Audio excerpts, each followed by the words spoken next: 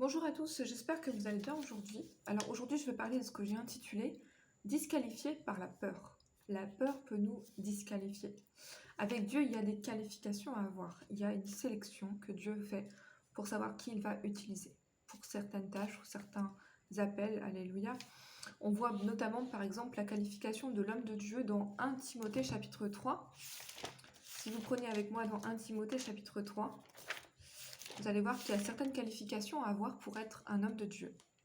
Ce n'est pas donné à tout le monde. À partir du verset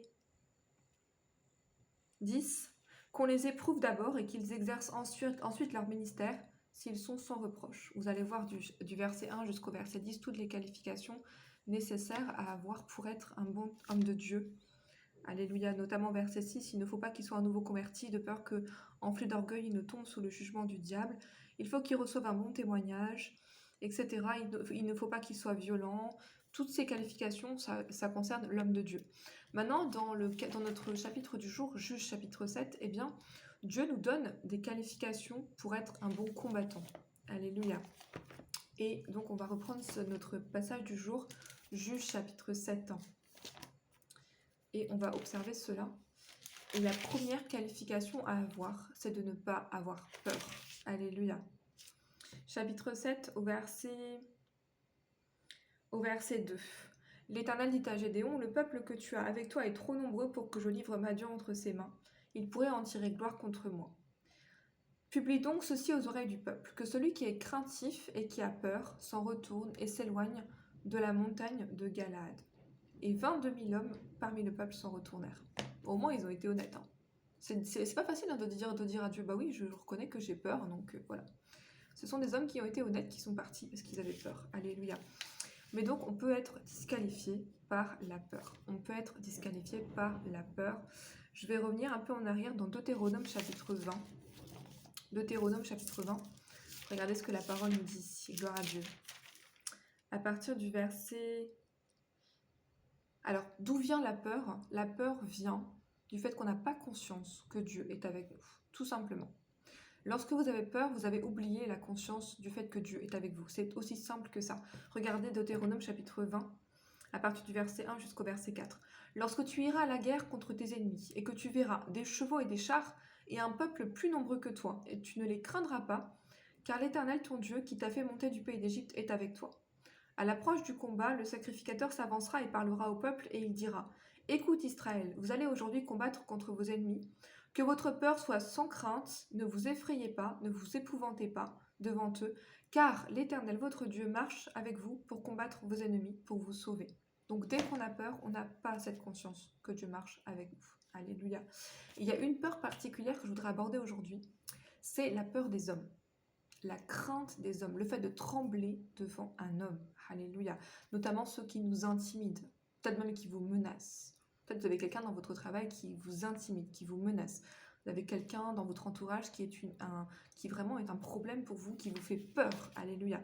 Je veux que vous soyez délivrés de ça aujourd'hui. Donc la peur des hommes tend un piège. Proverbe 29, verset 25 dit la crainte des hommes tend un piège, mais celui qui se repose sur Dieu est en sécurité. Alléluia. Donc la peur peut vraiment nous faire nous provoquer beaucoup de blocages en fait. On est bloqué par la peur, on ne peut pas avancer, on ne peut pas entreprendre parce qu'on a peur et ça peut réellement nous faire en fait stagner dans la vie. C'est très très dangereux. La peur est vraiment utilisée par le diable pour nous empêcher en fait d'entrer dans notre destinée et pour surtout accomplir ce que Dieu veut qu'on accomplisse. Regardez dans Juge chapitre 8, le passage qu'on étudiera demain, à partir du verset 20. Juge 8, verset 20. Oh, gloire à Dieu. Alléluia. Ok, c'est Gédéon, donc notre ami Gédéon, qui parle à son fils et il dit, Juge chapitre 8, verset 20, il dit à Jéter, donc c'est Gédéon qui parle, il dit à Jéter, son plus jeune fils, lève-toi et tue-les. Mais le jeune homme ne tira pas son épée, car il avait peur, car il était encore un enfant. Zébak et Tsalmouna dirent, lève-toi toi-même et tue-nous, car tel est l'homme, telle est sa force. Donc cet enfant de Jéter n'avait pas la force de tuer les ennemis d'Israël. La Bible dit il avait peur et il était un enfant. Amen. Donc il n'a pas pu exécuter ce que Gédéon voulait qu'il fasse. Et bien souvent Dieu va nous donner une instruction, il va dire fais ça, Et nous, on est paralysé par la peur, on ne peut pas, on ne peut pas. Et là, la Bible dit, tel est l'homme, telle est sa force. Donc dès qu'on a peur, on a perdu notre force spirituelle. Alléluia. On est bloqué, on est paralysé. On peut imaginer ce jeune homme devant les ennemis qui n'osait pas, en fait, il était paralysé par la peur. Et les ennemis étaient à sa portée, et parfois ce que Dieu nous demande de faire, c'est à notre portée. On est vraiment, vraiment qualifié pour ça, mais nous-mêmes, on se disqualifie par la peur, et donc, en fait, on n'ose pas sortir l'épée comme Jéter. Alléluia. Donc c'est très important. Je vais conclure par quelques versets que j'aime beaucoup. Évidemment, je reviens dans le livre d'Ésaïe parce que j'adore le livre d'Ésaïe. Donc, je vais souvent citer ce passage, ces livres, parce que c'est les prophètes que vraiment j'aime particulièrement lire et étudier. Ésaïe 51, et on va se quitter là-dessus. Ésaïe 51 à partir du verset... Oh, gloire à Dieu. Alléluia. À partir du verset 12 jusqu'au verset 14. Retenez ces versets. On ne doit jamais trembler devant un homme. Ne vous laissez pas intimider par des hommes ou des femmes, évidemment. C'est la même chose. D'ailleurs, il y a un esprit qu'on appelle l'esprit de Jézabel. Certains d'entre vous, vous savez de quoi il s'agit. C'est un esprit qui agit aussi bien à travers des femmes que des hommes. C'est pas du tout parce que c'est une femme dans la Bible que c'est une femme tout le temps. C'est un esprit qui va chercher à vous intimider, notamment si vous êtes appelé dans le domaine du prophétique par exemple. C'est vraiment un esprit qui va vous intimider, qui va vous menacer, qui est malveillant. Et donc on ne doit pas en tant que chrétien trembler devant un homme ou une femme. Alléluia. Soyons forts, soyons courageux pour ne pas être disqualifiés pour notre destinée. Ésaïe 51 verset 12 jusqu'à 14. C'est Dieu qui parle et dit « C'est moi qui vous console. Qui es-tu pour avoir peur de l'homme mortel et du fils de l'homme pareil à l'herbe? Et tu oublierais l'Éternel qui t'a fait. » Donc en fait, dès qu'on a peur, regarde ce que la Bible dit ici. Dès qu'on a peur, on oublie l'Éternel. C'est aussi simple que ça. Comment pourrait-on avoir peur si on a vraiment conscience que Dieu est avec nous? C'est impossible. Il dit « Mais pourquoi oublierais-tu l'Éternel qui t'a fait, qui a étendu les cieux et fondé la terre, et tu tremblerais incessamment tout le jour devant la colère de l'oppresseur, parce qu'il cherche à te détruire? Mais où donc est la colère de l'oppresseur? Bientôt celui qui est courbé sous les fers sera délivré, il ne mourra pas dans la fosse, et son pain ne lui manquera pas. Oh, gloire à Dieu. Donc il dit, mais pourquoi oublies-tu l'Éternel qui t'a fait?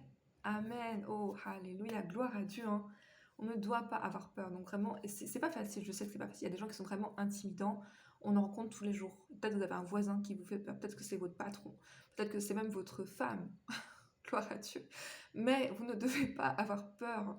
Ne vous laissez pas intimider. Alléluia. Par personne. Évidemment, on n'est pas censé menacer non plus en retour la personne. On n'est pas censé avoir ce comportement envers quiconque. Ne soyez pas un oppresseur non plus. Alléluia.